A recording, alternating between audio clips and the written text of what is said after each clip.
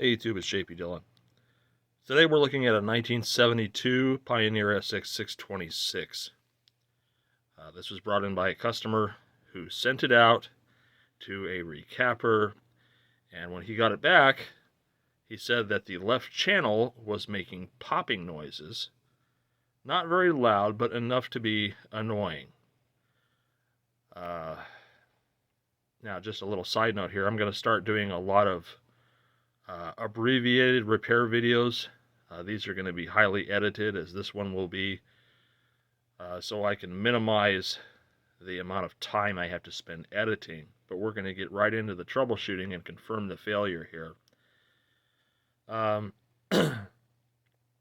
kind of against sending stuff out to quote-unquote recappers because of this reason.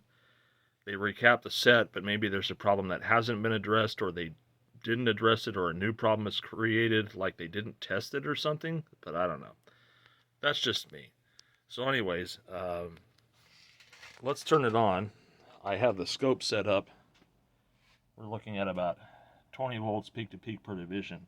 So I'm going to turn this on and we're going to see if we find the little pop here. There it is. That's pretty significant. And he said if I touch the tone controls, it exacerbates it. So yeah, if I press the low filter button, it definitely pisses it off. We can see the transients there generated by the bass control. If I move the bass control, we get the little pops there. And let's see, treble. Yeah, treble makes it pop too.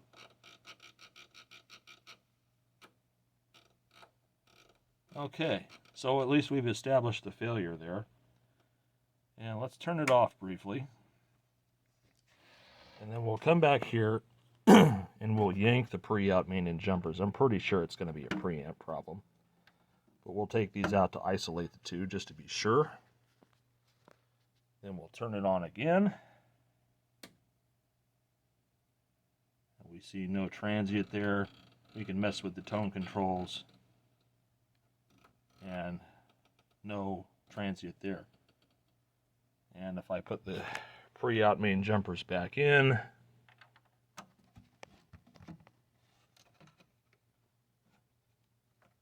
there's one, there's two, and immediately we see that if I turn the tone controls, there's our big pops.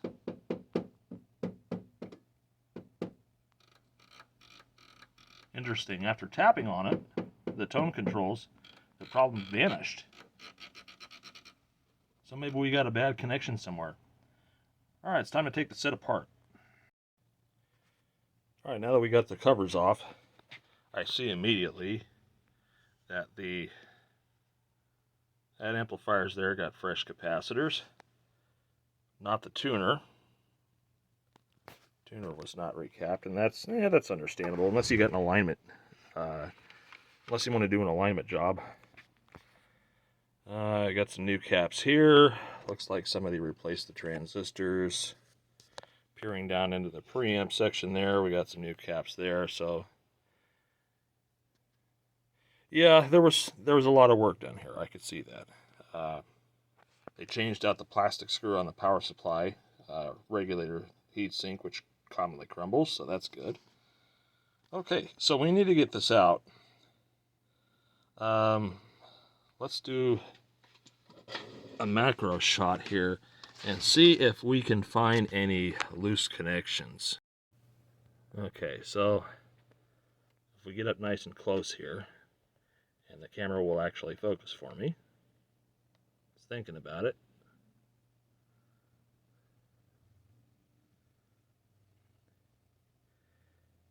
At first glance, that solder connection there looks kind of shoddy.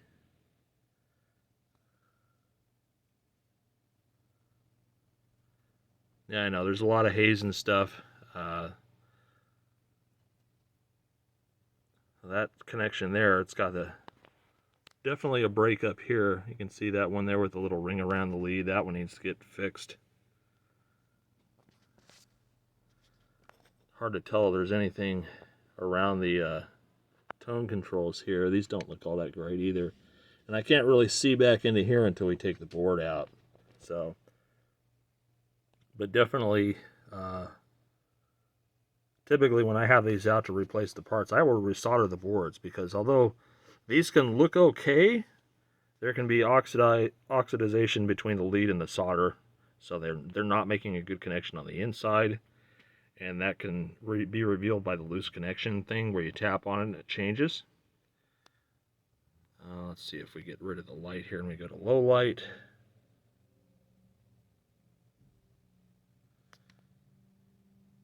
Yeah, I don't know. Oof, look at that. Look at that right there. Is that even connected? Yeah, it's connected. Oof. Not very good there. Not very good at all.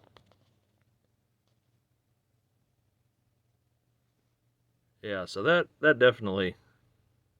Let's pull this board out. Okay, so in order to get this apart, to get to that board, we have to remove our knobs here. And of course, this one's going to be stubborn. That one's pretty tight. Now, if a knob is on here really tight, you have to be very careful, because that could mean the shaft is broken and somebody glued it on, or it could be that somebody put a shim in there to make it tighter. Either way, the problem then becomes, am I going to break this thing? Because this is on here really tight. So let me very carefully work this off, because I'm not going to risk breaking it or bumping the camera. Let me get some appropriate tools and we'll remove that knob. Yeah, so this is kind of what I feared. Half of the shaft was broken, and somebody inserted a shim into here and kind of press fitted it into place. So we'll have to pay attention to that when we put it back together. These shafts easily get broken when people try to bend these out to get them to grip the knobs tighter. So they'll stick a screwdriver in here and pry to make the knobs tighter on the shaft, and they usually break. These are very brittle, so you got to be careful not to do that. That's just a function of them being very short shafts, and also the metallurgy that the pots are made out of. They have a tendency to break. So we're removing the faceplate retainers here.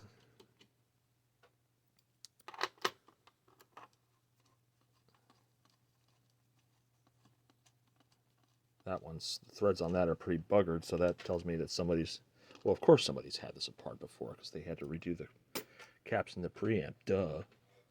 All right. And there's 2 screws up top here.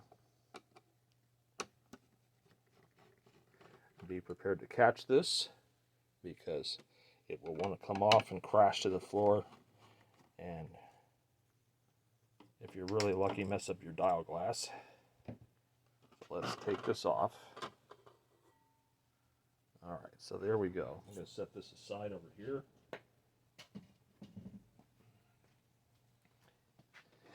Okay.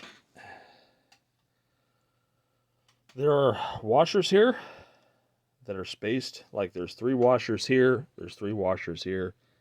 This one only has 1 washer. Note their positions and note where they go, because they're spacers so that the faceplate sits flat, and if you get these wrong, you can actually separate the dial glass from the faceplate or crack it as you tighten it. So just note how many, take a picture, you know, whatever. So this is 3, 3, and 1. I'll remember that. All right, so once we get the faceplate off, see if we can zoom in a little bit here. These 2 retainers need to come off. And let's see, I just had the box head wrench, there it is. So we'll go ahead and take these loose.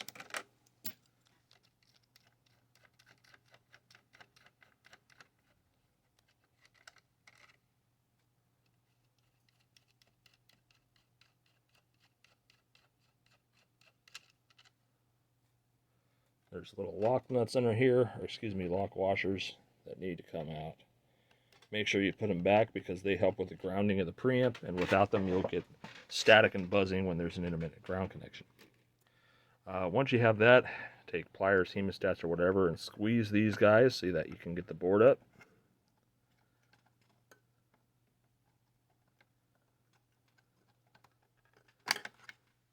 Like that. And then basically what you're doing is you're pulling the back side towards you as you push from the front to get it out, like this. And this gives you complete access to your board. Yeah, so that's the number one thing. There's this connection here. I swear that's not really connected. It just doesn't look connected. Like there's zero solder on this. Zero. Yeah, it was like it was holding on, but not very well. So I'm going to go ahead and resolder that one for sure. That could have been a mistake, and it's just somebody was in a hurry and they didn't want to do that. Let's see if we can shine a little bit more light on this.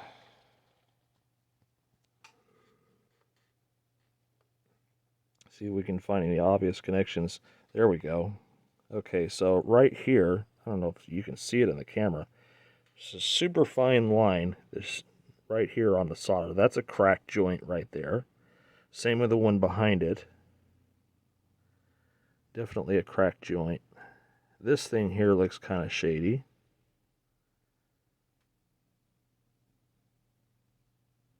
Yeah, that one there too. That one doesn't look very good. So this was like a rush job or something. We're going to take a look here and make sure that he got the polarity of the caps right. Looks like he did.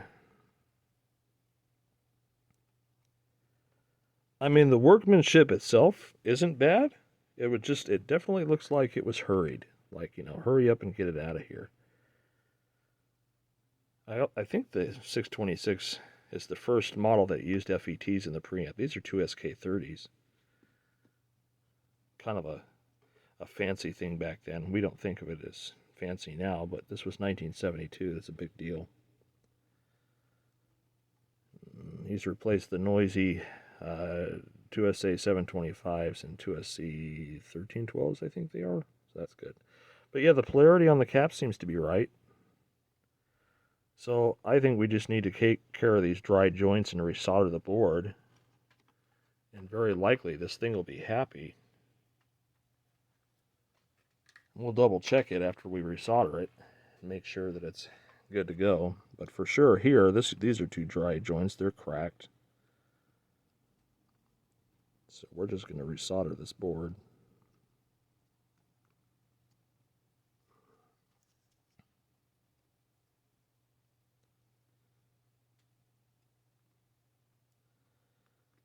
I really have an affinity for these early 70s Pioneer machines.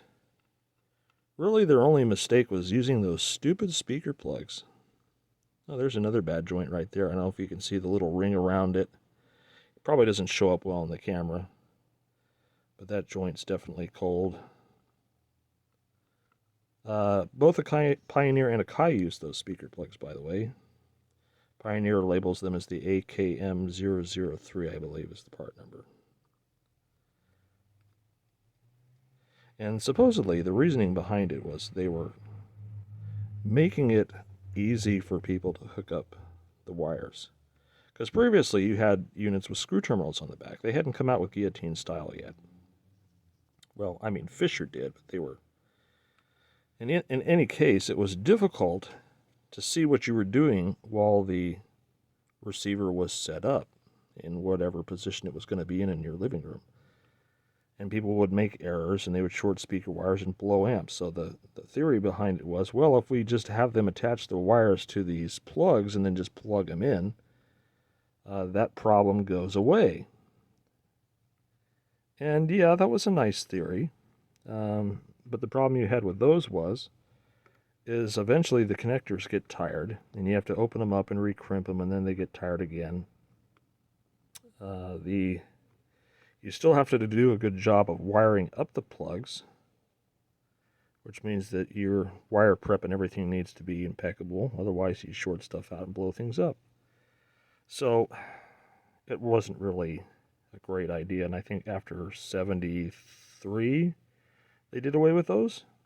So like the 30 series ones all have the screw terminals or the guillotine style. But the speaker wire accommodations for those guillotine style was also very small. You really couldn't put anything bigger than a 14 gauge wire in it. Even then, 14 was starting to splay out.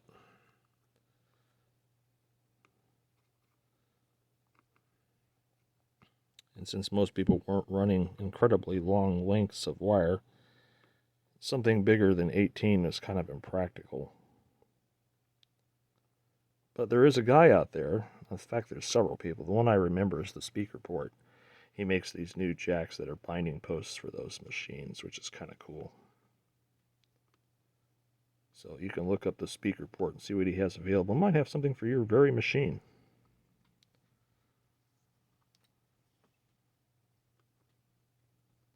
Almost done here.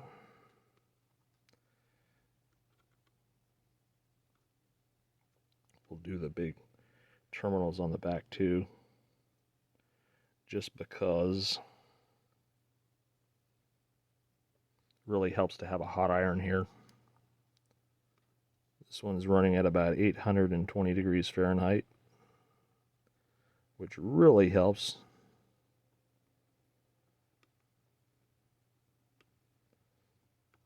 Just make quick work of this.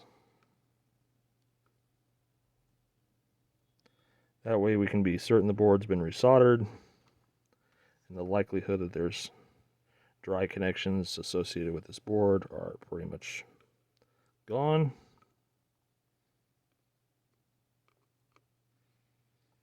That one definitely looks dry. I think that's everything. Let's touch up this one I saw over here that didn't look very good. Okay.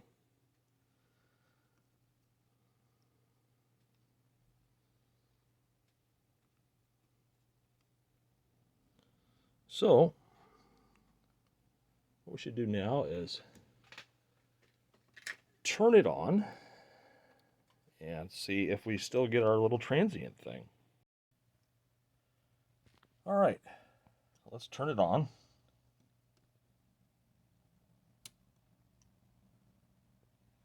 No pop, no transient.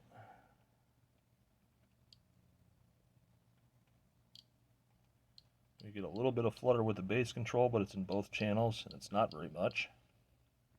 Treble. Doesn't seem to care about the treble. I think we're fixed here. Das ist gut. All right, let's turn this thing off and put it back together. Okay, so the installation is reverse. We're pushing these through the holes at an angle. And then we're going to push this down onto the little, make sure the wires are tucked behind the shield here, and push these down onto the little locating pins.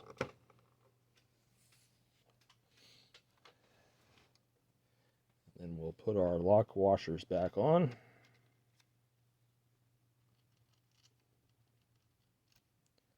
The trouble's going to be with this guy, but I think if we just use what the previous person did, which is basically shove a shim in there,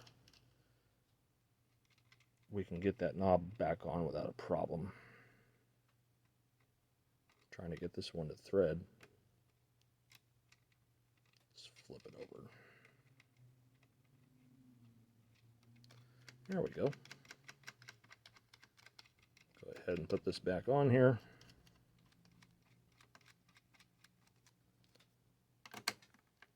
Tighten it down. All right. Now let me rearrange this.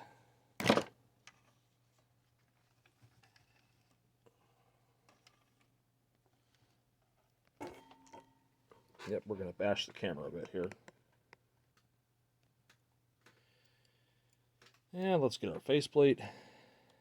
Again, we have 3, 3, and 1 spacer washers there. So let's make sure that our faceplate goes on effortlessly. And if it's correct, you'll have the same amount of protrusion of the headphone jack and the mic jack here. And also when you go to tighten this down, you won't see this bow inward. Pay attention to that. That's really important. Like I said, you could separate the glass here or crack it, and then you got a problem. Then you got to get a new piece of glass or plexiglass cut. I think these might be, yeah, this one's plexiglass, but still, it's just another setback.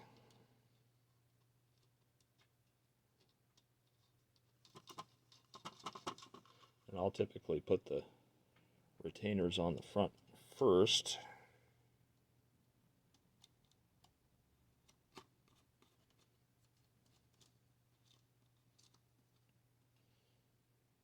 And then I'll do the screws up top once these are set in place. And the top screws are really just for an alignment purpose. You don't have to crank them down, just, you know, snug them, don't tighten them. These ones really are the ones that hold the faceplate on. So observing here, this doesn't bow when we tighten it. Same with that. Same with that. And so if this were to bow inward, you'd add a shim. Or any of these points, you'd add a shim. You just want equal pressure on the faceplate as it mounts. So we'll put the screws up top here.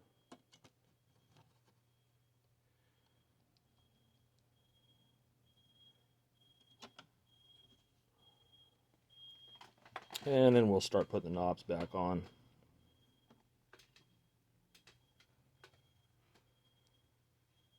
Let's see. Oh, that's the power one. Index these correctly. So I'll usually try to index them best I can.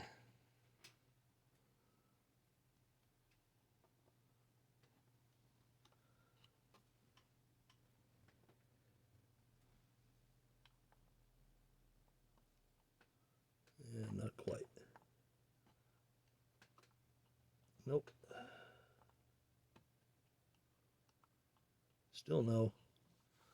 Let's see.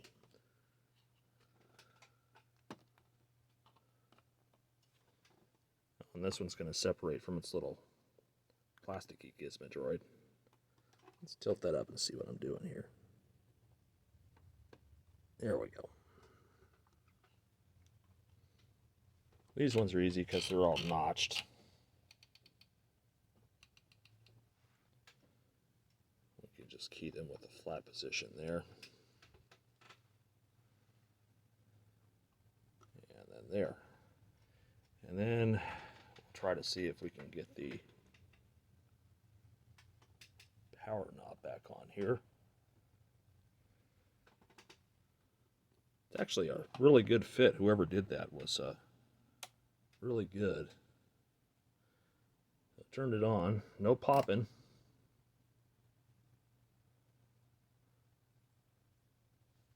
You can see in the background up there we got a little bit of scratchiness on the volume control, a little bit of break up there on the scope. So let's get some fader lube in there. Clean that up a bit.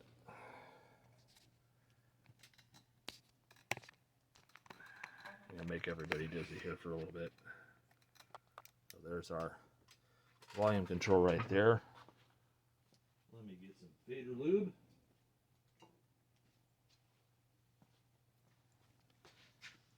And we'll just spritz a little bit in here. And work it a bit.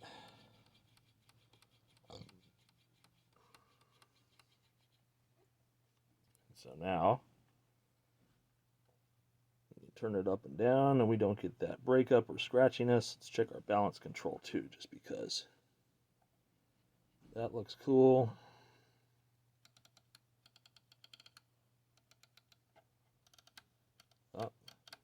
treble control is a little noisy.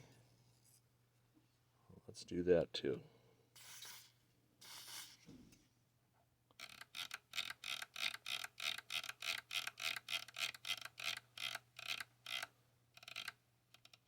Much better. Not really happy with those filter switches either, so let me get something different. He says crashing stuff to the floor. So what I'm going to use here is the Neutral 401B. The reason why I use this is because it has a lubricating oil in it, which is good for these old switches.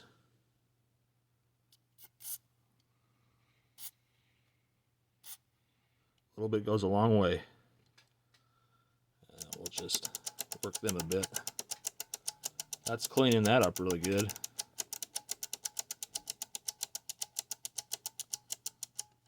I'm thinking this dude's job was just rushed, you know?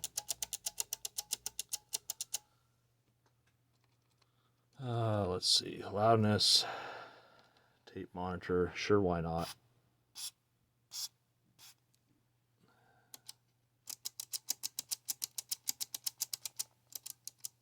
That's why I clean them with the signal ring through them, so that I can see if there's actual improvement or if there's something else going on.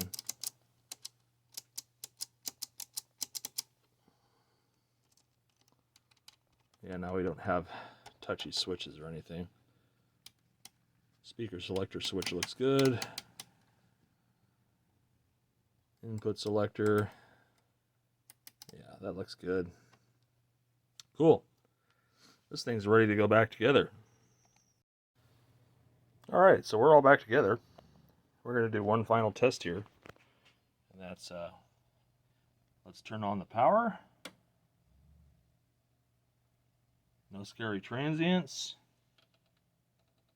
Just a regular flutter of the tone controls. Yeah, filter switches all act normally. Make sure that balance is centered right. Get a little bit more on the left than the right, but that's just probably an old control with tracking issues. Let's see if it's frequency dependent. Nope, not really. So, old worn out volume control. And I bet that if we reduce our signal, yep, when we turn it all the way up, it's equal in both channels, so it's definitely a worn out volume control.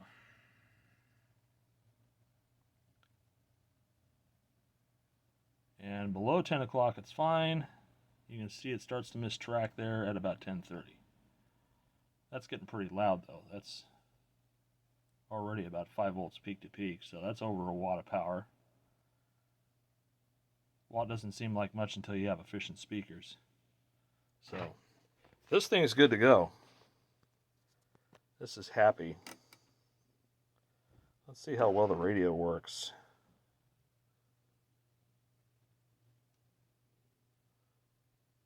It's pretty good there. That's my SoundTech broadcasting there. Got good, fairly good stereo separation.